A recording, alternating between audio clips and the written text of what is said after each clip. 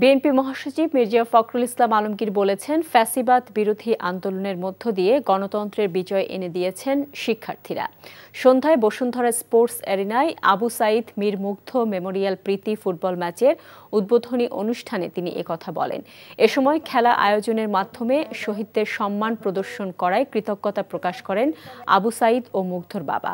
এদিকে প্রীতি ফুটবল ম্যাচের প্রথমার্ধে 2-0 গোলে এগিয়ে যায় রংপুরের বেগম রোকেয়া বিশ্ববিদ্যালয়। তবে দ্বিতীয়ার্ধে ঘুরে দাঁড়ায় বাংলাদেশ ইউনিভার্সিটি অব প্রফেশনালস। 2 গোলের সমতায় খেলা গড়ায় টাইব্রেকারে। পরে 5-4 গোলে ম্যাচ জিতে নেয় বিইউপি।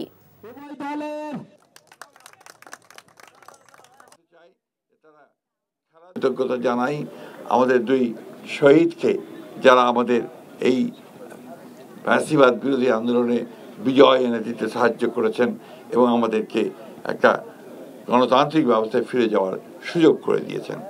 আসুন আমরা সবাই সেই সাঈদ, মুগ্ধ এবং সেই অগণিত শহীদ যারা আমাদের জন্য প্রাণ দিয়েছেন তাদের আত্মার মাগফিরাত কামনা করি।